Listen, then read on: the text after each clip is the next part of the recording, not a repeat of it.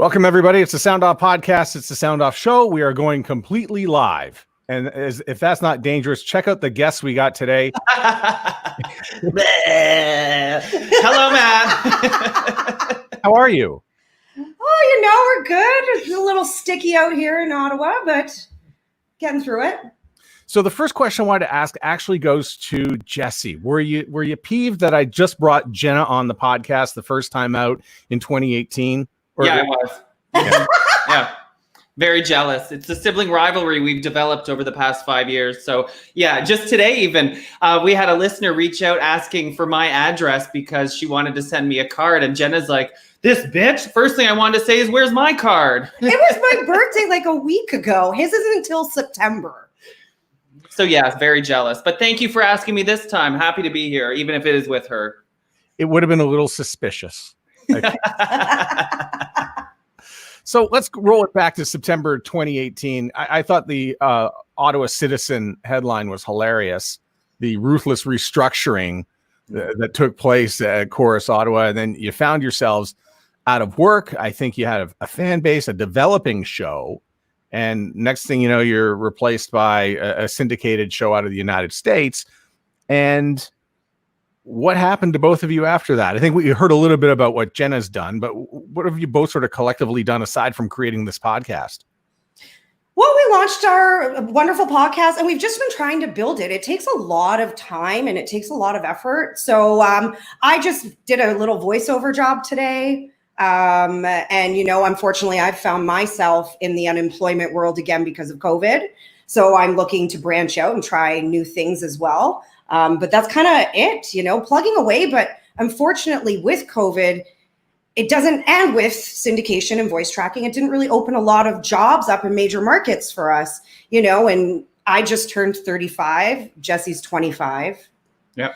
And I just I didn't want to do the nomad radio life again. So I'm kind of just sitting here and I picture radio as cyclical. So maybe it's not my time now. It doesn't mean it's not going to be my time ever or our time. Yeah, that's a good point. I mean, I'm jumping around now, but that made me think about music director we recently spoke to who still works in radio. And they talk about how it's this industry-wide notion where they don't want colorful personalities anymore. Everybody just wants to play it safe and, fly under the radar and make advertisers happy. And so I think we fell victim to that shift. And hopefully one day organizations will want colorful personalities back. And we're here waiting. And here we are with the podcast and also, just being streaming right now and doing a whole bunch of other stuff. You guys have been working with Milkman from time to time on your brand and keeping it out there. And I think that's why I know I had teamed up with John. And what we've come up with is if you find yourself out of work in radio, here's a podcast, here's a platform. And sometimes people do it for 3-4 episodes and they find work, or they do it for many episodes. You guys have been plugging away now for a long time in this. You are like 200 plus episodes in. Yeah. And you know what the coolest thing about it is, and the one thing that I will tell all radio people that are thinking about getting into podcasts is, one, you'll find that it's very hard to break your old radio habits, to view your show as not a radio show. That's really hard. And it took us a very long time to kind of figure that out. And our podcast has evolved since we launched. And it continues to evolve. We change format. We go with guests. We go without guests. Some may say it devolved, Matt, but to each their own. But it's true. If you go listen to like our first couple podcasts, we're still teasing like we're on air. Coming up in 5 minutes, we're going to do celebrity headlines. And then you realize some people listen to this episode 2 weeks late. Those headlines are old now. And those were all the learning curves we had to grow through. So that's a great question. So how do you prep differently now for your shows? Well, when it comes to prepping, that's a really hard question to ask because they're so different. There's such different shows. We still continue to stay updated with current events, Twitter, but we've kind of taken a different approach. Before, when we were on radio, we focused a lot on local, on celebrity, and now we focus more on something that we've kind of fallen into, which is sex. And that's what's so interesting. And that's kind of how we evolved. We started off with a celebrity segment with all that kind of stuff. And then eventually we figured out what worked for us, sex. And now we've rolled with that theme, and we're still evolving. We've got something really exciting that we're working on right now. But yeah, the freedom of it is very refreshing when you come from an industry like radio where you're very, very restricted. Yeah, I kind of got an idea that the sex thing was working for you, such as the titles that I find in some of the episodes, including anal dildos. It sells, Matt. Can you believe it? Sex sells. Oh, I saw the downloads on that. It was extensive. So what's off limits? Nothing. Yeah.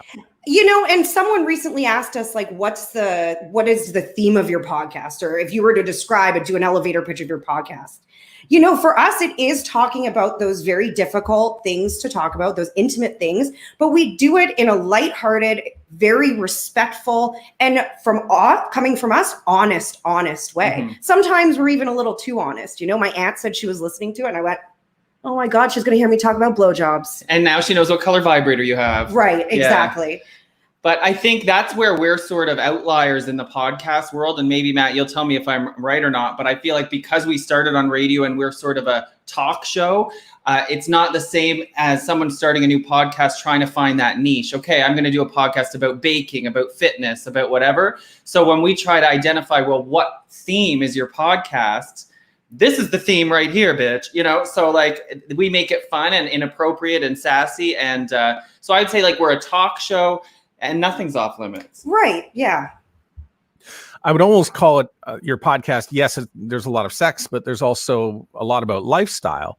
I mean, you've had Leanne Lang on before. She's been on this podcast. I noticed that you had, and I haven't listened to the podcast yet, shame on me, but you had Tara Jean on. Yes. Yeah. And so it's really just a big chunk of lifestyle. Yeah, it's very human interest. Honestly, we actually apply what we would apply to whether or not we would cover something on a break when we were on the radio. Yeah. You know, for us, it was always, okay, yeah, this is important, but how can we turn it to the audience and make them relate to it? And how can we make it important to them? And what we've learned, like with a lot of feedback we get from listeners is, thank you for talking about that, because I always thought it was weird. Or I didn't know this is what being a pony or, a puppy meant. Yeah. You know, and people are saying as often as they laugh throughout the podcast, they do walk away learning things.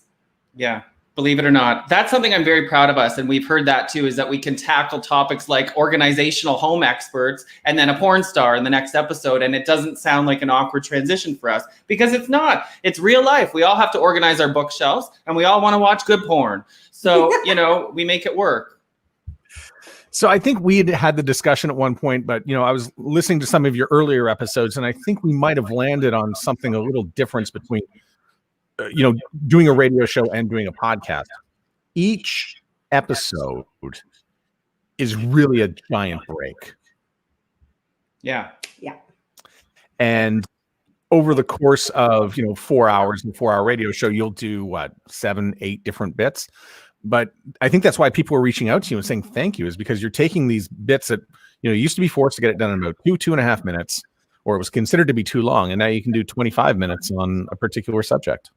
Yeah. And I think that's the advantage of working in Top 40 radio or working with talk radio as well, is it is just as hard to carry on an hour conversation about a topic as it is to take a topic and get the valuable information out. And in our former job, we were given even less than 2.5 minutes.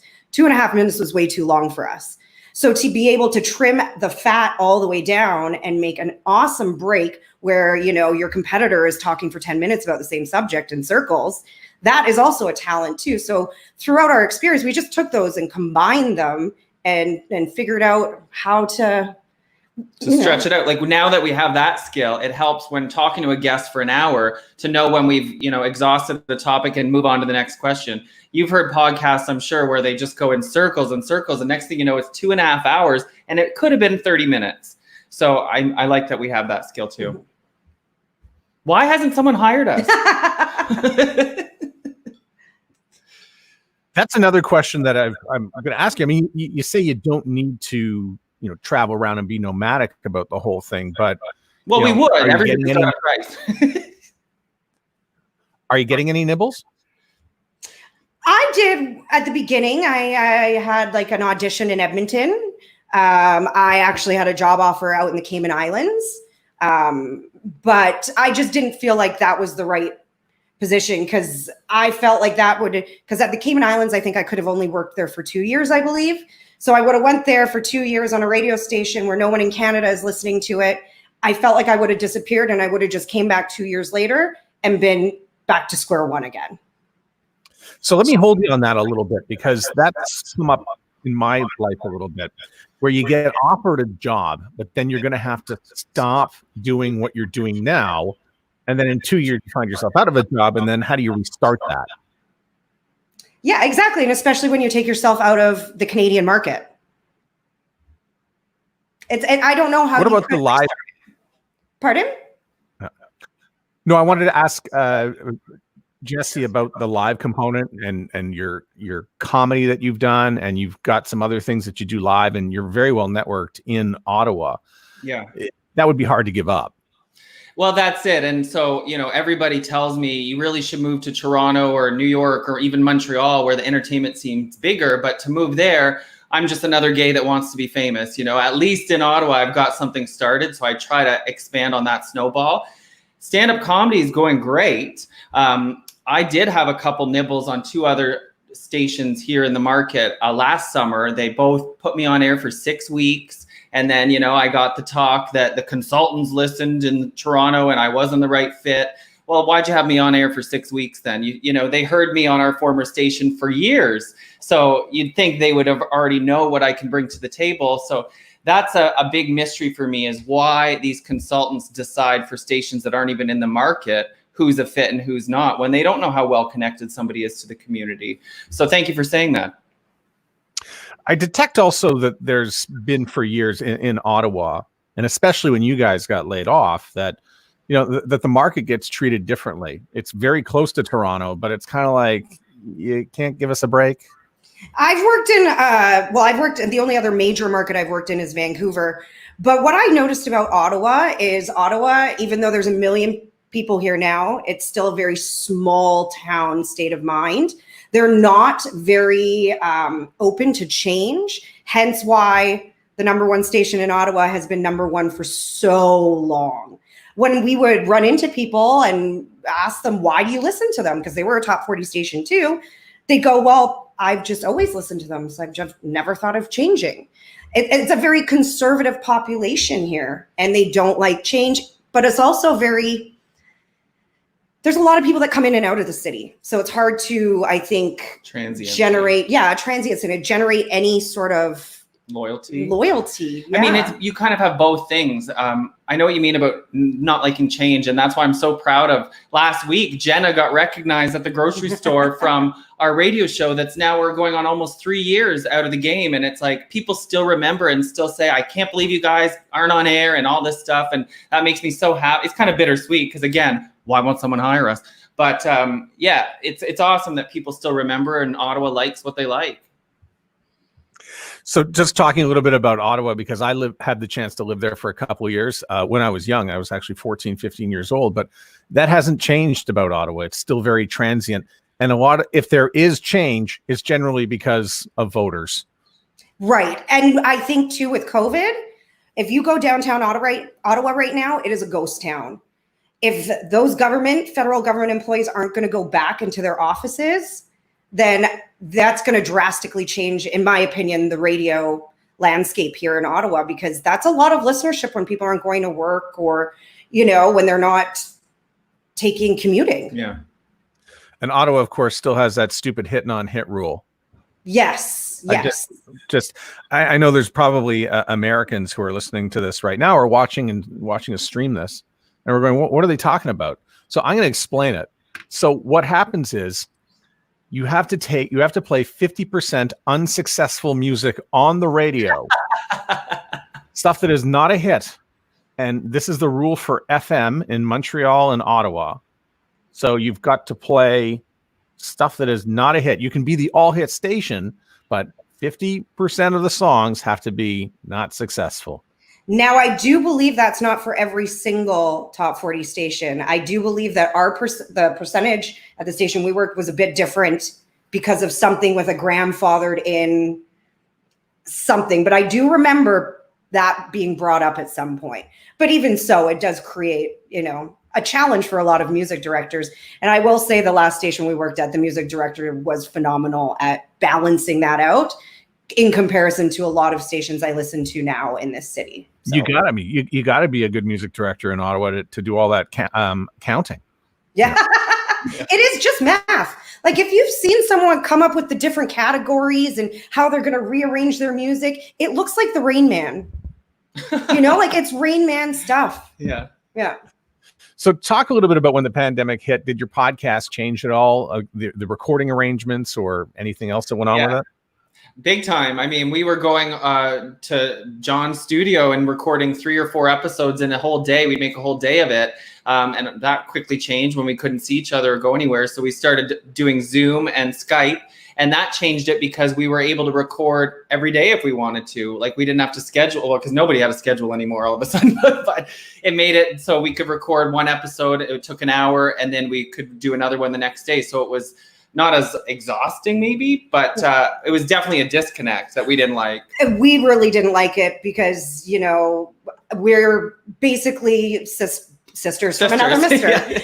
So, it was really hard to get adjusted to that little delay you have. Plus, I was on the West Coast for the first 2.5 months. So then you've got the 3-hour, hour time change? Yeah. So that was kind of weird, for me, because I was always a lot earlier than with them. But we worked it out and we do the best we can. I think right now you're going to see a lot of people, whether you succeed or not, is based on how you evolve during these different weird times. Yeah. One positive, though, that came from moving to Zoom was we were able to attract some higher profile guests that we wouldn't have thought to reach out to. Like we had Kirstie Alley on the podcast because she was sitting at home with nothing to do, too. So we just thought, let's ask if she wants to do the podcast. And sure enough, she said yes. So, it's like that Wayne Gretzky quote. What is it? You miss 100% of the shots you don't take. So, some people would think a big star like Kirstie, whether you love her or hate her, wouldn't write back, but she did. Yeah, I find there's a contingent of people out there who will say, well, how many downloads is this going to be worth my time, blah, blah, blah. But then there's some people who will just come on the podcast because they want to be on the podcast. Yeah. It's crazy. What else changed for me? Stand-up. Oh, that was the hardest thing because I was really on an upward trend with my stand-up. I was going to do my first headlining weekend in Toronto, March 13th. So, of course, that got canceled. That was the weekend it all got shut down. So that really sucked. But I got back out last weekend. I did my first drive-in show at Wesley Clover Parks here in Ottawa. So we had a whole bunch of cars and they used honking instead of laughing. And you might think it sounds terrible, but it was actually pretty awesome. Unless you're not funny and you don't get any honks. Yes. Turns out I like being honked at. So it was good for me. What about some favorite guests? You mentioned Kirstie Alley. Are there other ones that you've had on that you're still excited about? So let's say, and I want to ask this because for anybody who is coming into your podcast now, you're over 200 episodes deep. What are some of your favorites that we should start to listen to your podcast with? So one of my favorites, and this is definitely a generational thing, like depending on your age, was Sally Jesse Raphael. Yes. If you are born in the 80s, you spent a good chunk of time sick as a child, lying on the couch watching her show. So that was really fun because she was very open and honest. And, she told us a few reasons why the show stopped going, what she wanted to do now while she's still able to, because she's like 80 years old. Yeah. So just catching up and hearing it was very nostalgic for me. And she's funny. She is quick and funny. Like the first thing she said is, oh, I know what I'm getting into with you two. So like she did her research and everything. We were so starstruck with Sally Jesse. But Matt, you know who that is, right? Certainly do. She had the big talk and the talk show. I can't tell you how many people, usually under the age of 30, that we were like, oh my God, we had Sally Jesse Raphael on the podcast. And they go, who? And we were like, oh, just check us into the nursing home now. Well, you're 25 years old. So how do you know that? Well, I want to be a talk show host. So I do my research. I know all the greats. Who have you asked to be on the podcast who has said no or not responded? Devin Sawa. Yeah, I hope he hears this. I'm going to tweet it at him. Him and I were chatting over Twitter back and forth. And I'm like, okay, now's a good time to just slide on into those DMs. He follows me, so it was easy. And he didn't answer because we wanted at the time to have him on because if you do follow Devin Sawa on Twitter, he's hilarious when it comes to dad stuff. So we wanted to have him on because this was the beginning of lockdown to talk about being a dad in lockdown. And he didn't answer my message. So I tweeted at him, I sent you a DM. He liked the tweet and then still didn't answer my DM. Shut down. How do you know that he's even reading the DMs? I mean, I've got some people I can't get into their DMs. I actually have to go through corporate to reach out to them, but maybe some people just don't pay attention to them. Yeah, I just feel like Devin Sawa isn't up to that much. He's Canadian. What else is he doing? I don't know. But who else was there? There was another one. Because of Kirstie Alley, she talked a lot about her BFF Jamie Lee Curtis because they were on a show called Scream Queens together. So I sent Jamie Lee all these clips of Kirstie saying how awesome she is, thinking that would bait her into doing it. And no response from Jamie Lee Curtis. That was maybe a stretch, but hey, like I said, you got to try. And so what do you have lined up for the next little while with the podcast? Well, we're actually, should we tell them who we're interviewing today? Yeah, so coming out Wednesday, drum roll. Juice Box. So Canada's drag race is on right now. She was the first one to be eliminated. Yeah. But I actually think that's a distinction because you only remember the first one voted off and the winner. You don't remember who the fourth voted off was. At least I don't. No, you don't. It's actually a lot of reality shows are a lot like the NCAA basketball tournament, where the first day is really exciting.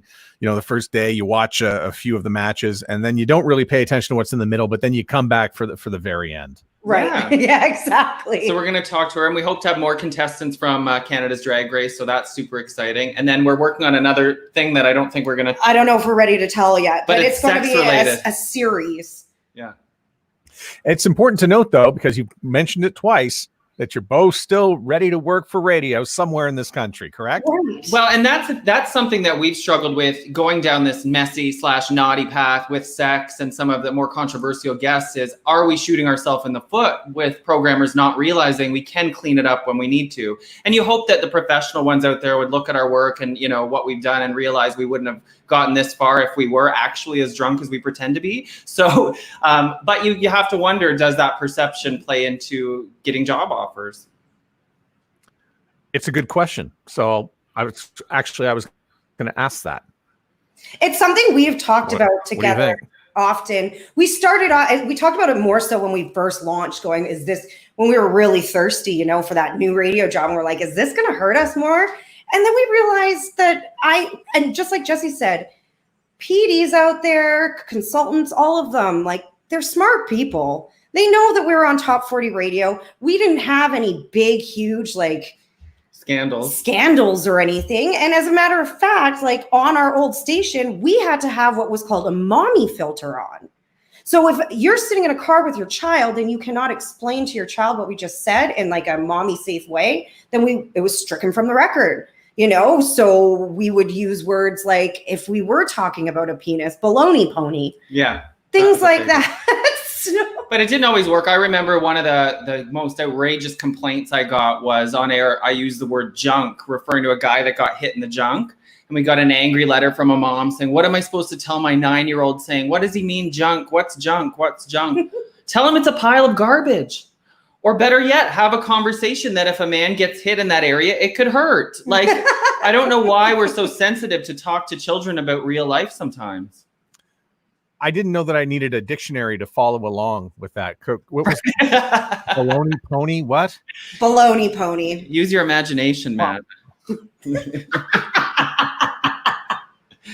But yeah, it's I don't remember what we were talking about. But that was a challenge in itself, was being able to tackle those topics in a kid safe way, so it was kind of refreshing and to be able to do that and know we can do it, but also know that we know how to push the boundaries in a classy way. Yes, we talk about some pretty grimy, down and dirty type of things, but we always do it, I find, in a very classy manner. Yeah, well, it's real. We're honest. We're vanilla people. So, sometimes we talk about things that are shocking to us and we're not afraid to be like, oh my God, why are you into feet? It's gross. So we just confront things head on. Wait a second. What's wrong with feet? Uh-oh. No, foot fetish. We hit a nerve. Yeah, but what's wrong with that?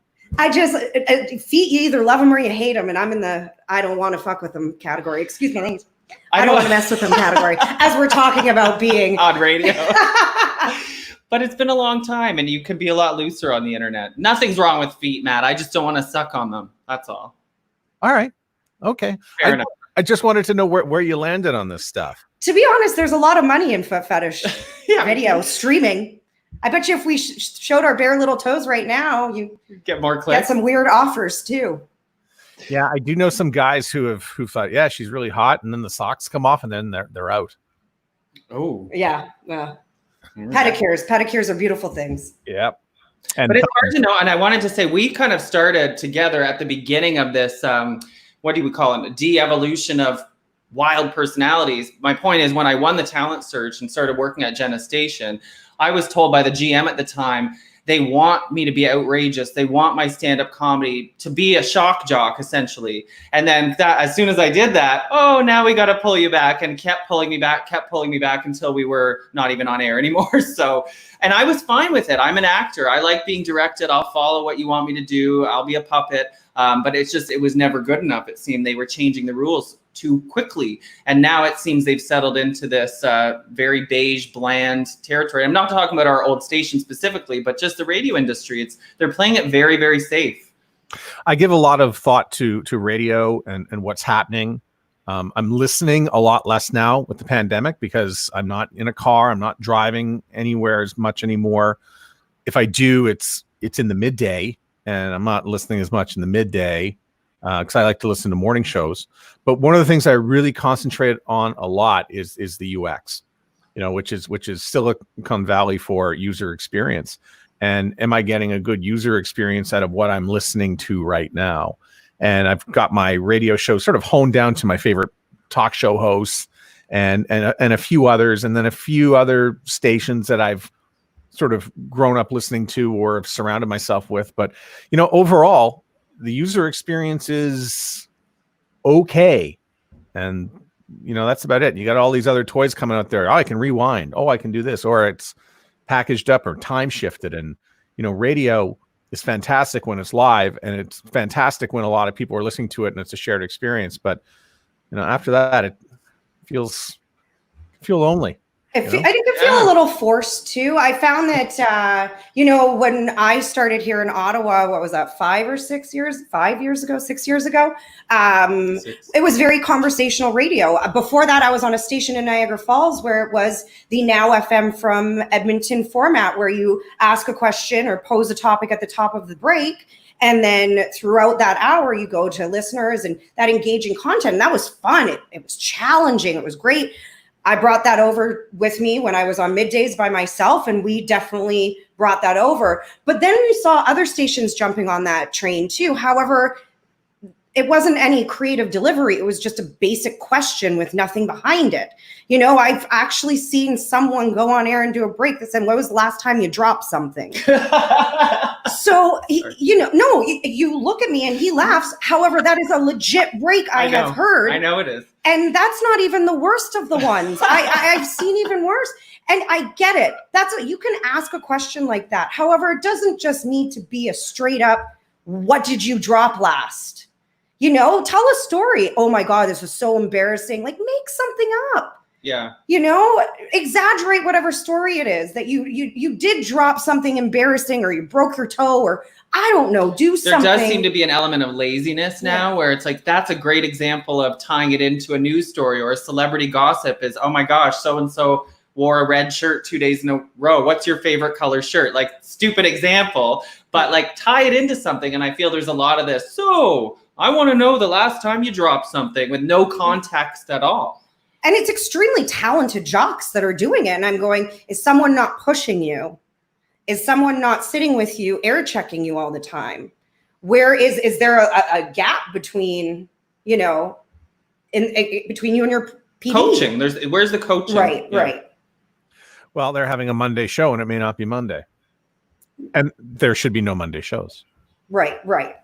I just felt like we always pushed ourselves really hard to find that other angle. Ronnie Stanton was big involved with launching Jump, and he used to always say, like, find that Spielberg angle. And, you know, we would do that. We would take a topic and we'd go, what's the typical question? Okay, well, what other questions? And we'd basically put it on the whiteboard and write like 5 different angles off of it and try to find the most engaging, interesting, not common response to whatever that may be.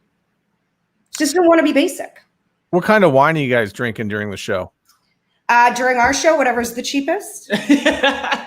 Usually red, unless we have a multi-episode day. Then we sometimes go white so we don't stain our teeth.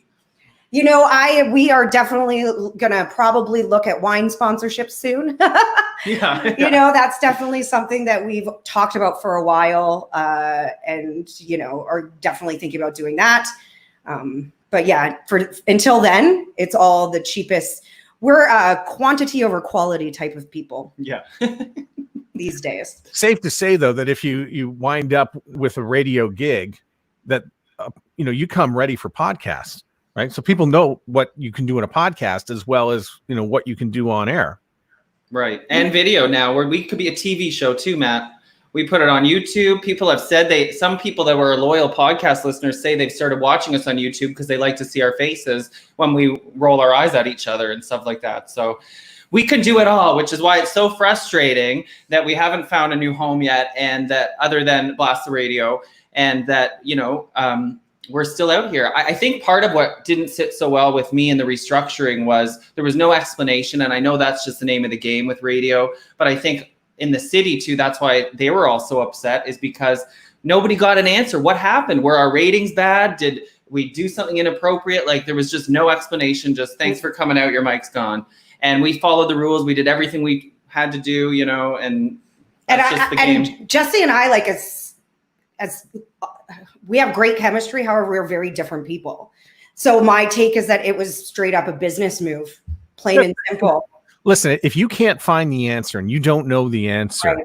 the answer is money. If you would like to know the answer to just about anything, you follow the money. Right. And that includes, you know, the Washington football team dropping their name. The Edmonton football team is going to be changing their name. You know, when people might think, oh, look at the progress we're making as a society. No, follow the money.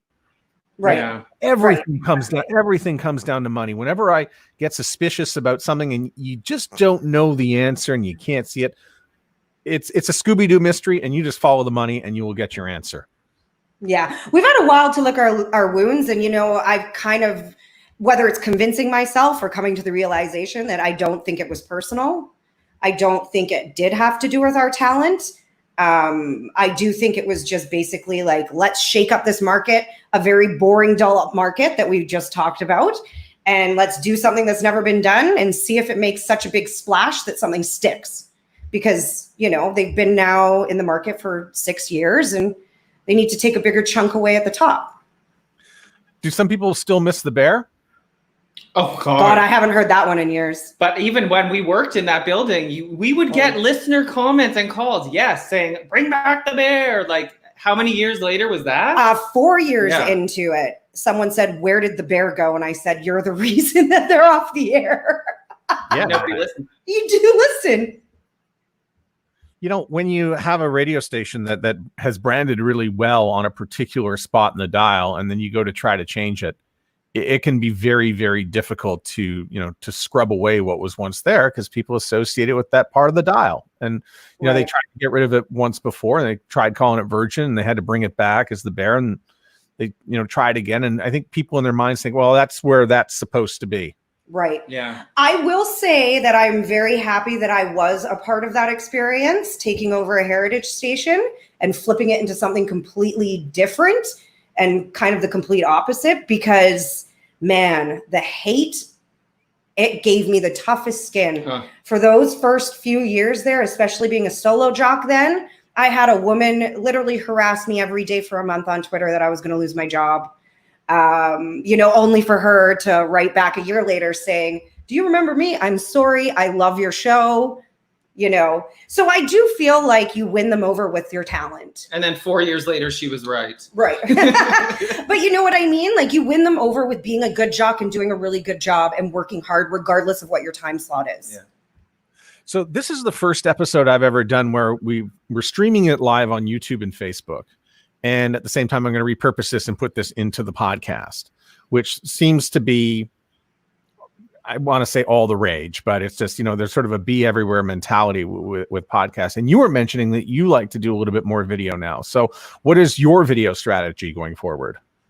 Well, we turn the camera on much like this while we're talking to them. And then it's just a video version of the podcast, but it's a very different experience. Even when I've listened to ourselves, when editing clips or whatever, listening to it, you get a different vibe than when you watch it. And so it's an easy way to be in two different places at once. We also just launched our YouTube channel too. And so we're thinking about maybe trying our best to try to generate different content just for YouTube.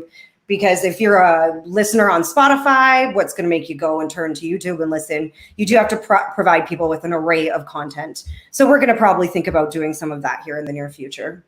Originally, my idea was just to bring back, people who've been on the podcast before, and then, just use the YouTube for that, which I will probably do. But at the same time, I wanted to have you both together and talk about the success of the podcast, which has been going now for over 200 episodes, and as well, bring you both on as a pair, which is maybe what I should have done the first time, but who's got time to arrange all that? Yeah, right. Well, at the time we had a lot of time to arrange that. Ottawa's favorite podcast right here. Yeah. As Faces Magazine calls us. All right. By the way, it'll be in the show notes about any programmers or consultants who want to reach out and get you on their radio station. You guys should be back on the radio. You're kicking ass at this podcast. I'm glad, by the way, you did not change your, try to put a radio brand into a podcast. It doesn't work. I'm glad you've done what you've done with this podcast, and the numbers speak for themselves. And congratulations for all that. We learned that real quick, that radio wasn't going to work for it. And that's the thing, is be gentle with yourself. If you do decide to launch a podcast, you are going to make mistakes. You're going to change things up. Don't be afraid to do that. There's nothing wrong with admitting that something's not working. The first 5 episodes of most podcasts really stink, including this one. No, the first you'll change after 4 or 5 episodes. You'll change at 17. You'll change at 50, and you'll change at 100. Yeah, there are these little benchmarks that you hit where you're going to want to change things up, and you have to. Well, and with podcasts, you are going to change as you grow, because the more popular we become, the better guests you can get, or the more people are going to be reaching out for collaborations. So yes, it's going to be normal for you to change. Yeah. And if you do have a co-host, it's a whole new ball game from when we were on air. Because when we were on air on the radio, we had specific roles.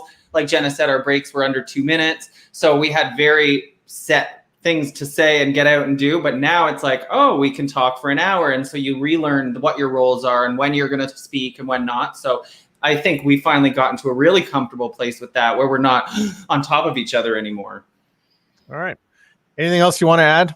Because I'm done. I'm out of questions. I'm out of everything. Well, if PDs or consultants want to reach out and tell us why we're also not getting picked up, I would be open to that feedback as well. Interesting. Because I don't know if that's the athlete mentality in me, but after a championship game, the coach rarely came off and said, "You're awesome. You're perfect. You're great." That was great. And I would love to know what it is that maybe we're missing. I think that's a really, so if you do want to email us about that, contact Jenna, because I don't want to hear it. But no, that's not true. I would like to hear it too. And my theater background, I think, lends itself to the athlete. The director is always telling you, this is what you could change to improve, be better. And I think that's why it drove me nuts that I filled in on those 2 different stations for 6 weeks. And then I never even got maybe you should work on this. It was just no, you're great, just not the right fit.